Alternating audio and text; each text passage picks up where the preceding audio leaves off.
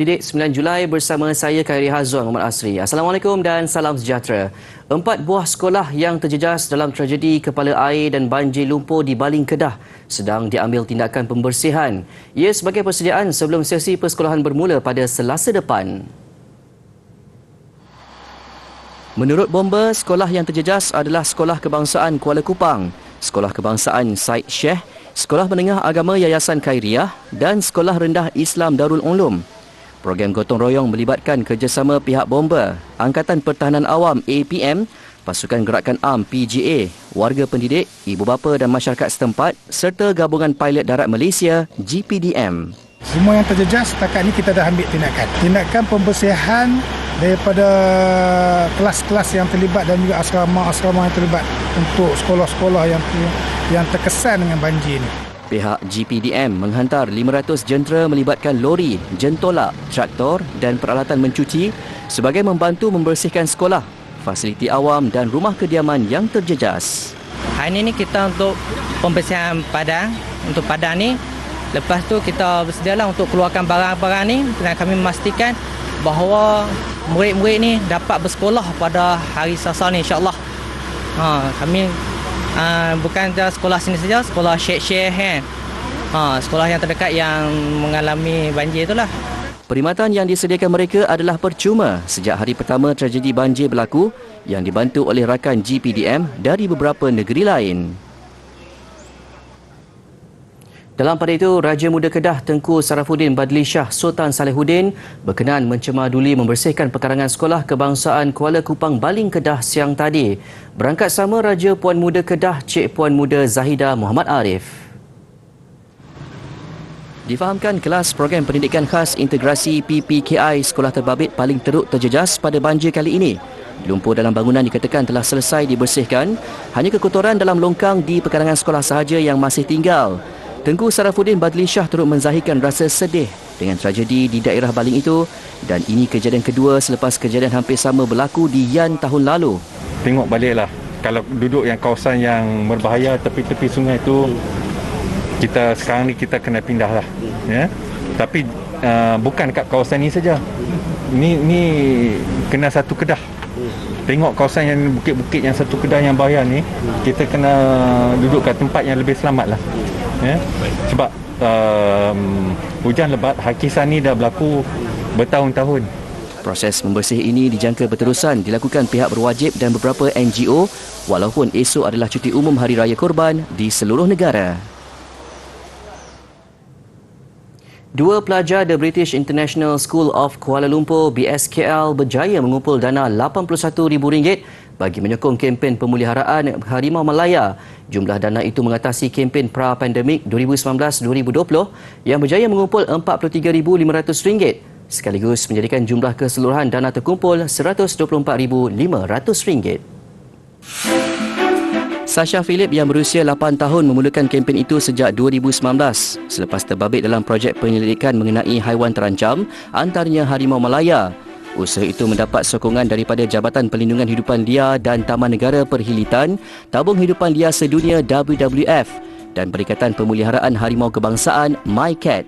Untuk tahun ini, adik lelakinya Zack yang berusia 6 tahun mengetuai aktiviti kumpulan itu di sekolah rendah dengan berperanan menyebarkan melalui platform digital.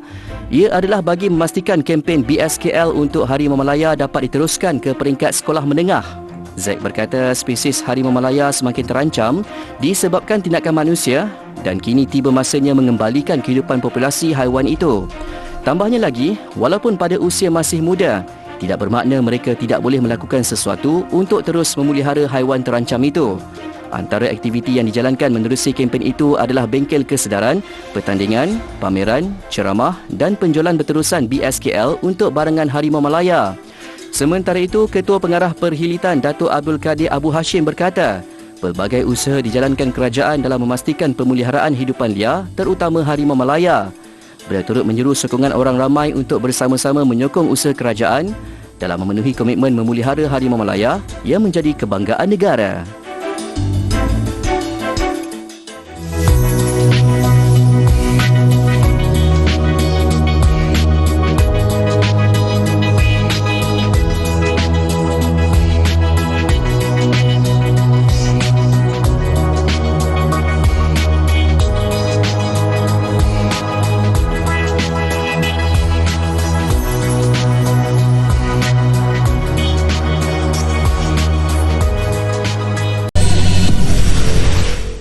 Kembali di Buletin Didik.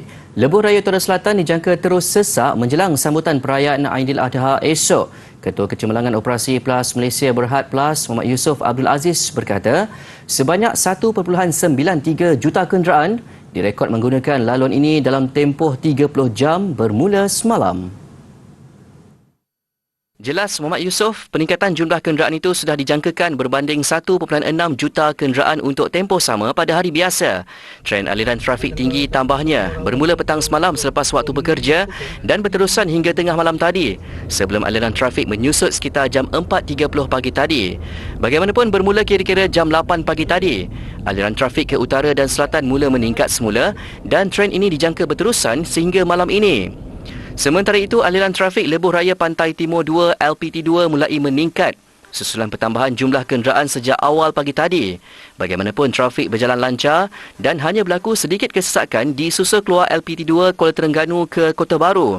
Ada yang memandu lebih 12 jam dari ibu negara untuk pulang menyambut Hari Raya Aidiladha di kampung gara-gara kesesakan teruk di Gombak dan juga Bentong. Saya sampai di Gombak pukul 5. Sampai ke Bentong pukul 7 pagi. 3 jam. Abang duduk dalam kereta lah masa tu? Dalam kereta. Ini, Ikut.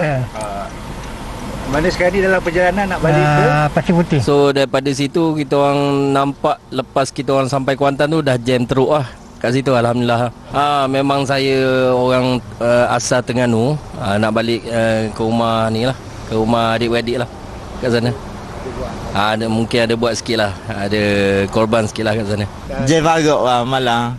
Saya daripada Puchong sampai ke bertolak daripada Puchong tu pukul 1. Lepas tu sampai Gombak dalam pukul 2 pun masih di Gombak lagi. Lepas tu kira dalam pukul 3, pukul 4 pun masih sesak lah, jalan jam teruk. Lepas tu ramai berhenti tepi share petona apa semua. Solat pun kadang-kadang depan kereta macam tu, tepi jalan je. Sebab jalan memang tak gerak lah, ramai tidur tepi jalan apa semua. Masing-masing ditemui sangat teruja untuk pulang ke kampung halaman untuk melaksanakan ibadah korban yang sudah lama dirancang dan tertangguh hampir 2 tahun akibat pandemik COVID-19. Sejak semalam, hampir 55,000 kenderaan menggunakan laluan LPT2 berbanding 18,000 kenderaan pada hari-hari biasa. Kempen Jom Balik Kampung Aidiladha anjuran Hot FM, Buletin FM dan Molek FM malam semalam meraihkan 56 pendengar setia pulang beraya ke 3 destinasi utama iaitu Pantai Timur, Selatan dan Utara Tanah Air. Inisiatif bertujuan memudahkan pendengar yang tidak mempunyai kenderaan atau tidak dapat membeli tiket untuk pulang ke kampung halaman masing-masing.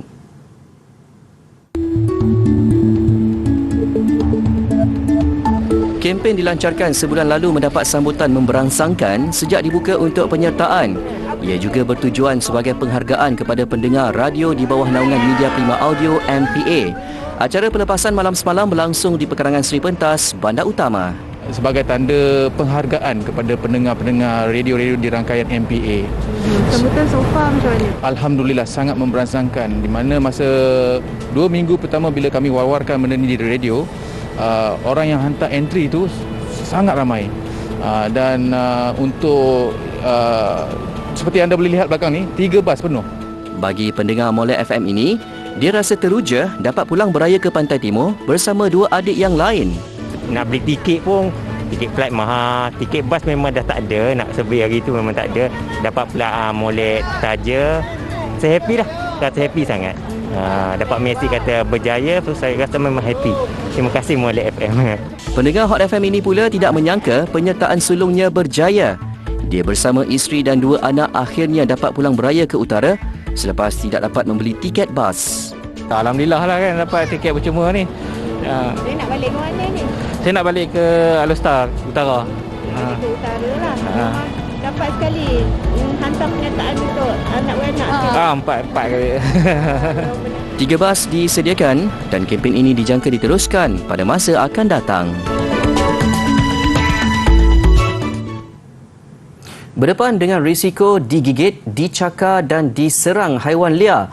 Itu antara cabaran tugasan sebagai veterina hidupan liar atau wildlife veterina.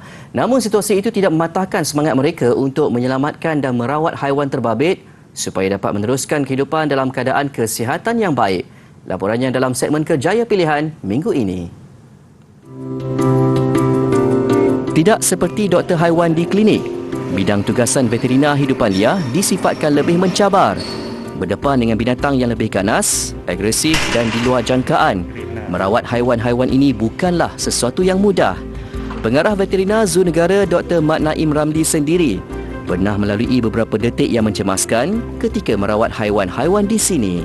Pernah kita bias orang hutan dan kita rasa dia dah complete ditidurkan, tapi rupanya belum lagi, jadi dia sempat gigit kita. Ada berlaku, saya pun pernah kena kan. Jadi orang kata pengalaman daripada kes-kes sebegini akan mematangkan kita kan. Kalau kita semua kes berjalan dengan sempurna dengan lancar, kita biasanya lepas tu kita akan terlupa kan, kita kurang berhati-hati. Berkhidmat di Zoo Negara lebih 17 tahun, tugasan harian beliau dibantu oleh 2 veterina lain. Di bawah seliaan beliau, mereka merawat lebih 400 spesies hidupan liar yang ditempatkan di premis berkeluasan lebih 40.47 hektar. Kita memerlukan sudah pasti kerjasama daripada penjaga haiwan itu sendiri yang akan membuat laporan kepada kita, sebab tugas utama semasa penjaga haiwan ini masuk kerja adalah melihat keadaan haiwan itu sendiri. Apa tanda-tanda yang tidak normal berlaku pada haiwan di bawah jagaannya, dan jika ada sebarang ketidaknormalan berlaku, mereka akan alert pihak hospital, pihak doktor veterina untuk mengambil tindakan selanjutnya.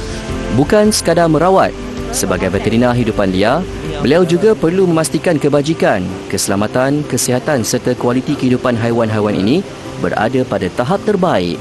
Penyakit yang dihadapi oleh di dalam zoo ni lebih kepada kecederaan sesama sendiri ya. Ada yang tak compatible dalam grup ya, jantan lebih ni akan attack jantan muda kan. Jadi ini yang bersifat dalam kumpulan, dan ada yang bersifat sendiri. Apabila kita introducekan ke dalam kumpulan, tak dapat diterima oleh kumpulan, juga akan dicederakan oleh ahli kumpulan yang lain. Jadi behavior, tingkah laku antara spesies perlu kita ketahui untuk mengelakkan, meminimalkan masalah-masalah ini.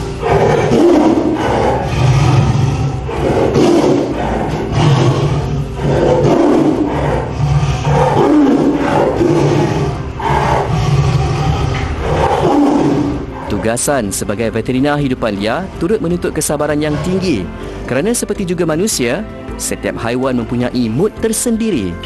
Biarpun kebanyakannya sudah dilatih dan dijinakkan, rutin untuk mendekati serta memantau kesihatan haiwan-haiwan ini perlu dilakukan dalam suasana yang tenang, tanpa memberi tekanan berlebihan kepada mereka. Kebanyakan haiwan ni dia orang kata dia ada dendam kepada veterina lah, yang buat injection, yang bagi dan sebagainya kan. Approach pernah bagi ubat pelali misalnya, dia dah tahu bila dia tengok veterina datang dia tak selesa. Jadi pendekatan training, pendekatan secara lebih orang kata lebih berkasih sayang lah perlu dilakukan.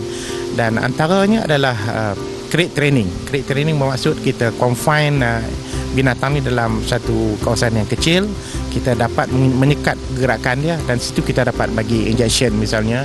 Peluang pekerjaan sebagai veterina hidupan liar dilihat mempunyai masa depan yang cerah, memandangkan ia mendapat permintaan yang sangat tinggi. Terdapat lebih 30 zoo di seluruh negara. Kebanyakannya masih memerlukan veterina hidupan liar sepenuh masa.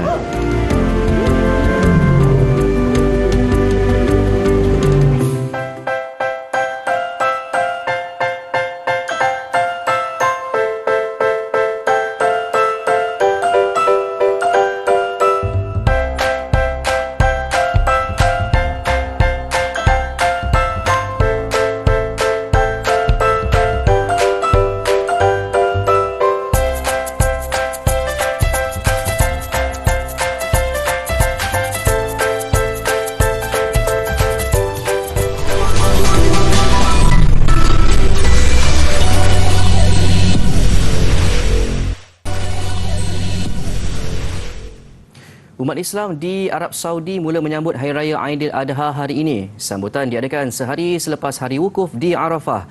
Untuk solat subuh di depan Kaabah ini misalnya, ribuan penduduk terutama jemaah haji hadir. Acara lain yang kebiasaannya dilakukan ketika sambutan Aidil Adha termasuk melakukan sembelihan binatang korban. Sama seperti di negara-negara lain, Daging korban itu kemudian akan diagihkan kepada golongan memerlukan, saudara mara dan sahabat handai. Bagi umat Islam di Malaysia dan negara lain di Asia Tenggara khususnya, Hari Raya Aidiladha akan disambut esok. Dianggarkan antara 850,000 dan sejuta umat Islam menunaikan haji pada tahun ini.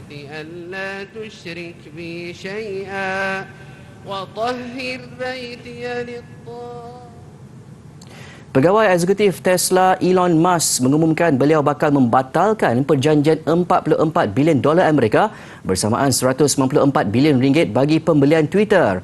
Dalam satu kenyataan, Musk berkata langkah itu diambil selepas syarikat gergasi media sosial itu gagal mengemukakan maklumat tentang akaun palsu di platform itu. Peguam Musk memberitahu Twitter gagal atau enggan bertindak kepada beberapa permintaan anak guamnya berkenaan maklumat akaun palsu atau spam yang terdapat di platform tersebut. Maklumat ini penting bagi mengukur prestasi sebenar kedudukan syarikat itu. Sementara itu, Twitter dalam reaksi segera memaklumkan akan menyaman Musk susulan tindakan membatalkan pembelian. Sebelum ini, Musk memberi amaran akan membatalkan pembelian itu jika Twitter gagal mengemukakan bukti jumlah akaun spam atau bot merangkumi lebih rendah daripada 5% keseluruhan pengguna perkhidmatan media sosial itu.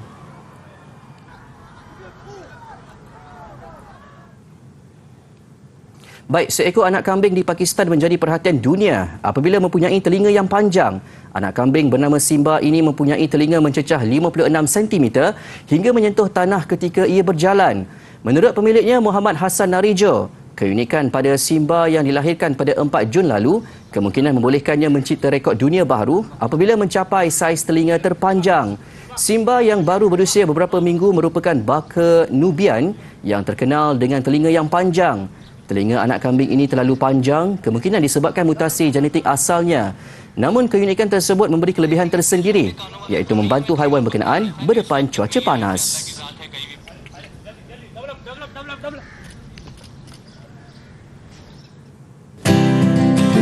Adat pengebumian tempayan diamalkan oleh masyarakat di Sabah, Sarawak dan Terengganu.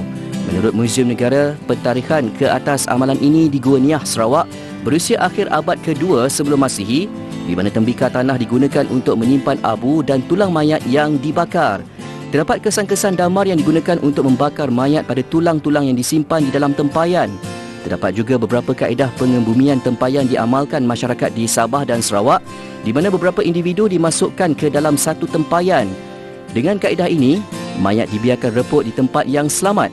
Kemudian tulang serta tengkorak diambil dan disusun di dalam tempayan untuk dikebumikan dengan meletakkannya di atas lantai gua-gua batu kapur. Masyarakat Kelabit di Sarawak pula meletakkan tempayan mayat berhampiran struktur megalit yang dibina khas di suatu kawasan di dalam hutan.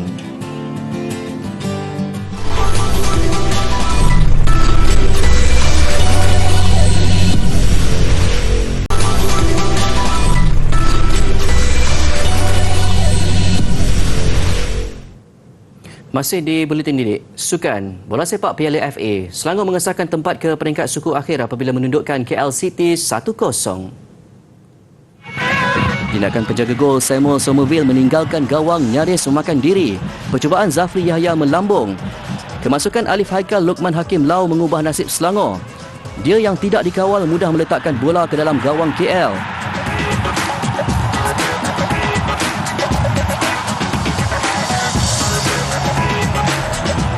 Peluang KL untuk menyamakan kedudukan, percubaan Jordan Mintah ditolak keluar penjaga gol Selangor Samuel Somerville. Menang 1-0, Selangor dijadual menentang Sabah pada peringkat suku akhir 23 Julai depan. Beralih ke tenis kejuaraan Wimbledon, pilihan utama Novak Djokovic dari Serbia berdepan sandaran tuan rumah Cameron Norrie. Menang set pertama, kegembiraan penyokong Norrie yang juga pilihan ke-9 tidak lama. Set berikutnya prestasi Norrie tiba-tiba merudum.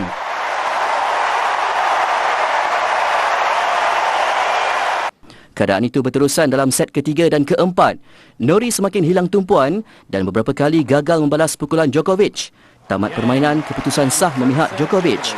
Djokovic menang 2-6, 6-3, 6-2, 6-4 dan sudah 8 kali mara ke perlawanan akhir Wimbledon. sesi kelayakan Formula One Grand Prix Austria, masih ada yang tidak kena dengan dua pelumba Mercedes, Lewis Hamilton dan George Russell. Belum pun tamat sesi kelayakan, kedua-duanya sudah terlibat kemalangan. Insiden menyebabkan Hamilton akan bermula dari petak ke-10, manakala Russell petak ke-5.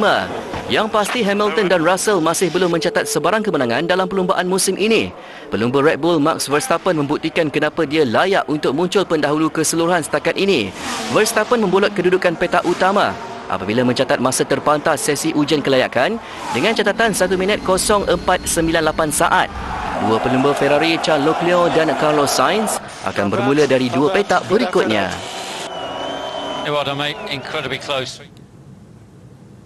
Suasana sambutan Aidiladha di Masjidil Aqsa yang menyaksikan ribuan umat Islam berhimpun bagi menunaikan solat sunat mengakhiri buletin didik. Saya Khairi Hazam Muhammad Asri. Salam hormat dan Assalamualaikum.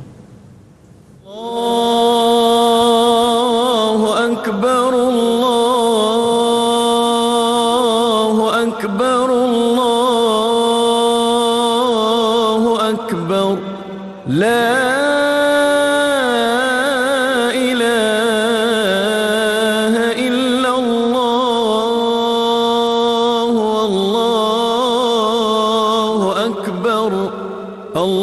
Allahu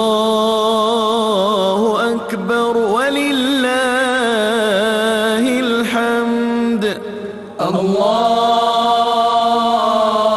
Akbar, Allahu Akbar, Allahu Akbar. La